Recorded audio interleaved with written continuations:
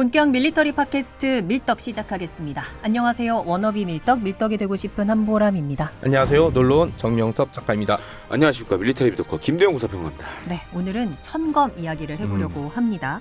얼마 전에 국방기술품질원에서 소형 무장헬기용 공대지 유도탄인 천검의 품질인증 사격시험을 성공적으로 마쳤다라고 발표를 했습니다. 천검 어떤 무기인지 왜 만들었는지부터 알아볼까요? 네, 천검은 우리 육군이 도입하는 LAH, 그러니까 소형 무장헬기, 저는 미로온이라는 이름을 더 좋아하거든요. 네네. 이 미로온에 탑재하기 위해서 개발된 국산 공대지 유도탄이라고 보시면 될 것 같습니다. 하나 에어로스페이스가 개발을 주도했으며 헬기에서 지상의 기갑 및 장갑 표적을 정밀 타격하는 임무를 가지고 있습니다. 그러니까 미군이 사용하는 헬파이어 미사일 이렇게 보시면 될 것 같은데 실제로 사정거리도 살짝 비슷한 측면이 있습니다. 사거리가 대략 8km 정도 되고요. 그다음에 연장형을 개발하게 되면 10km 이상으로 보여지게 됩니다. 이 특징이 발사 후 망각, 그러니까 쏘고 나서 네가 알아서 잘 가라. 네. 가라! 미사일! 이렇게 해서 상대방을 맞출 수 있습니다. 다른 미사일, 2세대 미사일 같은 경우는 레이저로 조준을 하던 아니면 선이 나가기 때문에 이 조준해서 명중할 때까지 그대로 있어야 되거든요. 그러니까 상대방이 눈치채고 공격을 해오면 당할 수도 있고 그다음에 피한다고 하면은 조준이 흐트러지기 때문에 목표물을 포착하지 못하는 경우가 있는데 이건 그냥 쏘고 나서 그냥 알아서 가라. 갈 길 가라. 이렇게 하는 그런 특징을 가지고 있습니다.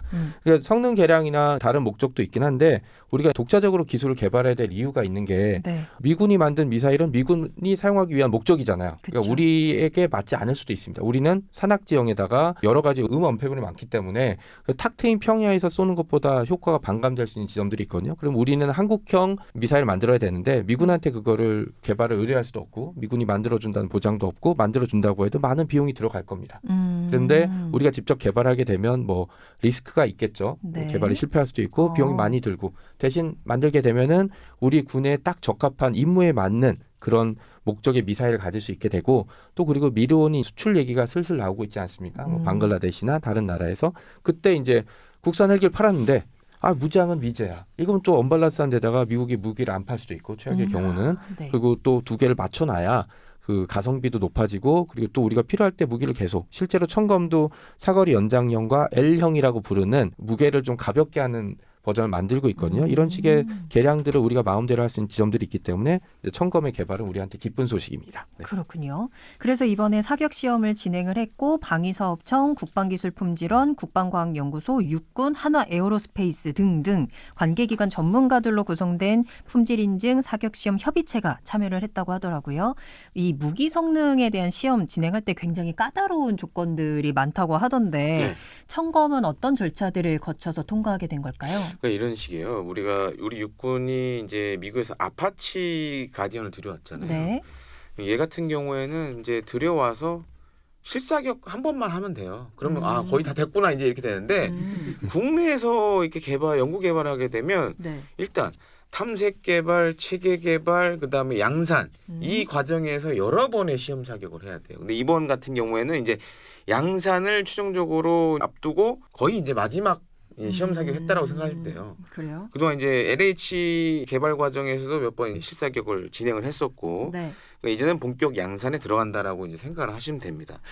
그리고 이렇게 된 배경도 있어요. 왜 이렇게 우리나라에서 개발한 게 조건이 이렇게 까다롭냐라고 많이 생각할 수도 있는데 그게 이제 중요했던 게 이제 K-21 장갑차 때문에. 왜요? K-21 장갑차가 이제 개발 다 하고 전력화했는데. 그걸 물에 한번 이렇게 했었잖아요. 물 푹 빠졌던 적이 있었거든요. 그래서 이제 누구 돌아가시기도 하고. 그래서 안 되겠다. 그래서 양산 전에 한 번 더 이런 테스트를 해야 된다. 혹독하게. 그래서 이제 전에는 체계 개발 끝나면 거의 안 했어요. 근데 K-21 장갑차 사고가 나서부터 양산 가기 전에 한 번 더 하자라고 이제 했었죠. 사실은 이게 다 돈이에요. 그렇겠죠. 다 돈이에요. 그렇기 때문에 우선 돈보다 안전이 우선이다. 그리고 검증이 우선이다. 그런 게 지금은 상당히 강조가 되고 있습니다. 그러니까 양산하기 직전까지 최최종 해서 이렇게 한 번 더 검증을 하는 거네요. 그래서 이제 천검 같은 경우에 이거를 이제 소형 무장헬기 개발을 하면서 여기에 어떤 걸 달아야 되는지 이제 이것도 국내 개발할 거냐 해외 도입을 할 거냐 이제 고민하다가 대수가 어느 정도 있으니까 그러면 국내 개발로 하자라고 해서 결정이 됐고 또 한 가지 그때도 이제 고민을 많이 했어요. 그러니까 미국의 헬파이어 같은 방식으로 갈 거냐 아니면 이제 이스라엘의 스파이크 같은 방식으로 할 거냐. 근데 우리 육군이 원했던 건 우리 군의 작전 환경을 고려했을 때는 스파이크가 맞는다. 왜냐하면 헬파이어는 이제 레이저 유도 방식이니까 이게 레이저 유도 방식 한 가지 단점이 있어요. 요즘 이제 전차 장갑차 보면 그 레이저 경보 수신기가 있어요. 맞아요. 그래서 전차에 레이저 쏘면 얘가 삐삐삐삐삐 거려요. 그래. 근데 이제 미국도 알지. 네. 그래서 어떻게 하냐면 요즘은 전차에 직접적으로 안 쏴요. 그럼요. 그 전차 근처에다가 레이저를 뚝 쏴놔요. 네. 그런 다음에 어차피 레이저 유도가 되잖아요. 네네. 떨어질 때쯤, 맞출 때쯤 다시 옮겨가는 거야. 레이저가. 그런 식으로 많이 운용을 그러면 해요. 전차병은 삐빅거리는 소리를 듣는 순간 끝나는 끝나는 거죠. 거죠. 집에 가는 거지. 하늘나라로 네. 이제 가는. 네. 근데 이제 이 스파이크 같은 방식은 광섬 유도로 되니까 레이저를 쏠 필요가 없죠. TV 카메라하고 열영상 방식을 보니까 그래서 그게 더 우리나라에 맞다 해서 이제 그거 유사한 방식으로 국내 개발을 이제 진행하게 된 겁니다. 그렇군요. 그렇다면 이번에 소형 무장헬기에 장착될 이 청검 성능이나 운용 방식 조금 더 구체적으로 알아보고 특징들은 어떤 게 있는지도 궁금하네요. 일단 뭐 사거리는 대략 현재 기준으로 8km 정도, 그러니까 헬파이어와 비슷하다고 보시면 될 것 같고요. 가장 큰 특징은 이중 모드 탐색기, 적외선과 가시광선 모두 갖추고 있기 때문에 비용은 좀 비싸지만 대신에 밤낮을 가리지 않고 쏠 수 있습니다.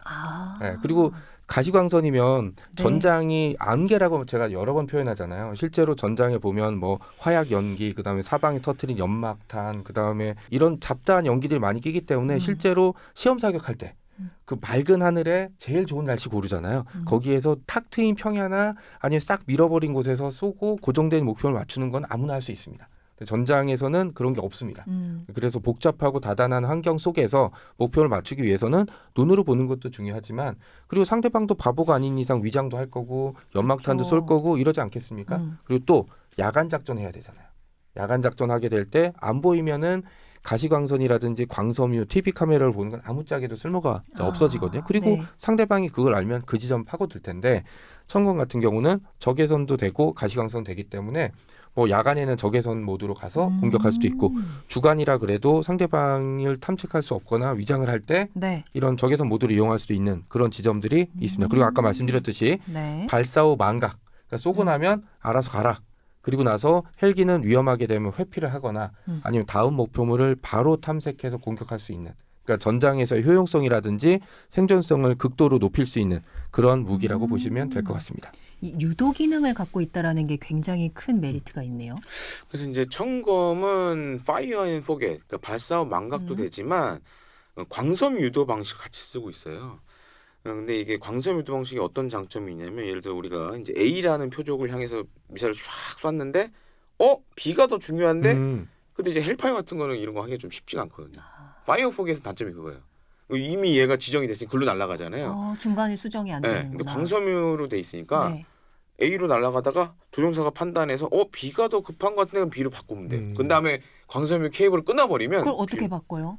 광섬유 유도 방식 쓰니까 광섬유로 주고받거든요 이거를. 아. 그리고 이제 그 소형 무장헬기에는 이렇게 그 게임 조이스틱처럼 네. 무장 운용하는 전문 그게 있어요. 조작 기구가. 미사일 쏘면 이제 그걸로 조작을 하는 거예요. 옆으로 B로 가요. 그러면 B로 탁 떨어지고. 그래서 이게 장점이에요. 네. 그리고 이제 예를 들어서 A다. 그러면 네. 예를 들어서 그럴 필요 없다. 그러면 이제 광섬유 딱 끊어버리면 이제 지가 알아서 가서 맞는 거예요. 네. 그렇습니다. 그렇군요. 네, 알겠습니다. 자, 그럼 이번에 사격 시험 통과했으니까 양산만이 남아 있는 상황입니다. 그래서 청검이 우리 군에 이제 양산이 시작이 된다면 어떤 역할을 하게 되는 걸까요? 청검의 전력화는 우리 육군 항공 전력의 극대화. 네, 검이잖아요. 그러니까 그 글자 그대로 하늘에서 검이 떨어져서 상대방의 전차를 K 쪼개듯 쪼개버릴 수 있습니다. 뽀각. 네, 그냥 박살낼 수 있는 네. 부분이 기존에 우리가 주로 사용했던 이 토우 전력을 대체할 수 있는 거고, 그다음에 가장 중요한 거 우리가 마음대로 성능 개량을 할 수 있습니다. 그러니까 미국제나 외국제는 들여오면 그대로 써야 돼요. 네. 나사 하나 제대로 풀지 못합니다. 난리 나니까. 근데 우리가 개발한 무기이기 때문에 전쟁터에 써봤는데 이거 사거리 좀 길어야 될 것 같은데요? 그럼 사거리 연장형 만들면 되고 이거 다 좋은데 좀 무거워요. 어떻게 좀 무게를 좀 낮출 수 있는 방법 없어요? 아니면 또 우리 중동에서 왔는데 우리는 좀 더운 나라라 이게 냉각기나 뭐 이런 레이더 시커 같은 뭐 이런 거 조금 아니면 광섬이 좀 길게 만들어주면 안 되나? 이런 것도 되고.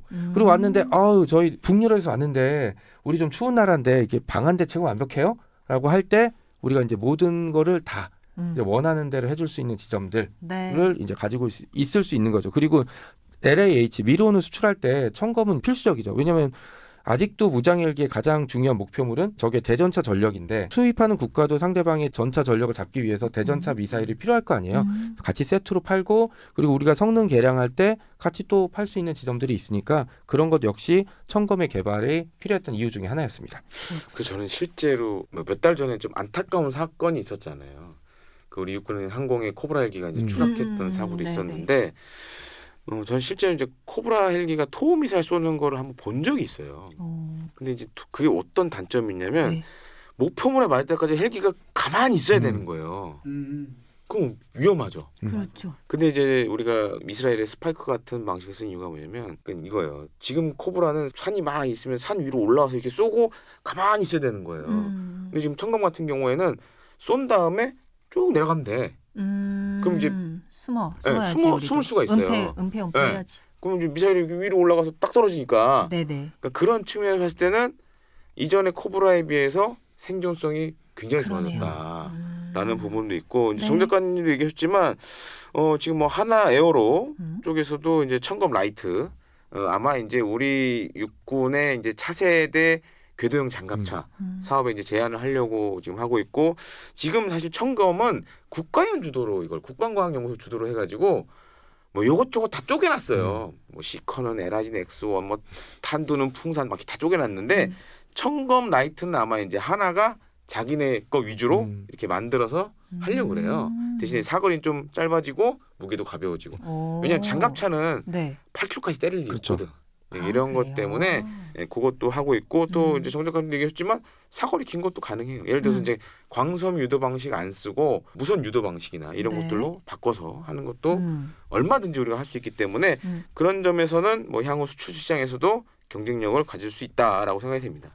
AI도 들어가야 되지 않을까요? 하나에서 예전에 홍보 영상에서 천무에서 발사한 미사일이 AI로 조작이 된다라는 얘기를 했는데 네. AI가 필요한 이유가 전장에서 빠르게 상대방의 목표를 정하고 이게 고가치 표적인지 미사일 쏠 만한 건지 아닌지 이런 것들을 좀 판단해야 되는데 사람은 이제 그 판단을 못 내리거나 사람이 예를 들어서 8시간 조종해서 떠 있는데 그걸 못 볼 수도 있죠. 사람이 필요할 수 있으니까. AI는 돌아가는 순간에 그런 게 없기 때문에 AI를 활용하는 게 당연히 좀 들어가야 되고요. 네. 무선 데이터 링크 같은 게 들어가게 되면 미사일을 쏘고 나서 그런 파괴된 목표물을 보고 주변에 다른 게 있는데 내가 탄이 떨어졌어. 그러면 다른 데를 호출해서 사용할 수도 있는 그런 데이터도 가능하고 네. 그다음에 탄두를 사용하는데 장갑차도 복합 장갑이라든지 폭발 반응 장갑 같은 걸 통해서 미사일을 견뎌낼 수 있는데 네. 이런 것들을 파괴할 뭐 이중 텐덤 탄두 같은 거 아니면 열 압력탄 같은 거 그러니까 다양한 탄두들을 통해서 파괴력을 좀 높일 수 있는 부분 이런 거죠. 예전에 제가 그 펜저 파우스트 3를 썼는데 네. 거기에 꼭대기에 침 같은 게 있었어요. 네. 그래서 고무캡을 벗기고 쫙 뽑으면 전차용. 네, 전차에 이렇게 침이 들어가서 네. 녹인 다음 이게 터진다 뭐 이렇게 얘기를 하더라고요. 그리고 캡을 그대로 놓고 안전핀만 뽑고 쏘면은 그냥 일반 목표물. 그러니까 저게 벙커나 장갑 차량 같은데 입마살상용이다라는 얘기를 했거든요. 그런 식으로 이제 아주 간단한 조작을 통해서 임무에 따라서 다양한 탄두나 목표물을 파괴할 수 있는 뭐 그런 지점들도 기대할 수 있죠. 청검 이제 양산이 시작되면 점점 그 확장성은 무궁무진한 것 같네요. 자, 소형 무장헬기용 공대지 유도탄 이 품질 인증 사격 시험을 통과를 했고요. 이제 사실상 실전 배치 직전 단계까지 왔습니다. 헬기에서 쏘는 탱크 잡는 미사일이라고 할 수 있을 것 같은데 이제 국산화가 핵심일 거고 상황에 맞춰서 판단하고 또 똑똑하게 공격하는 이 청검이 과연 어디까지 확장될 수 있을지도 한번 응원해 보도록 하겠습니다. 여러분들께서도 구독과 좋아요, 알림 설정과 함께 청검에 대한 의견 남겨주시고요. 저희는 다음에 또 만나요. 안녕.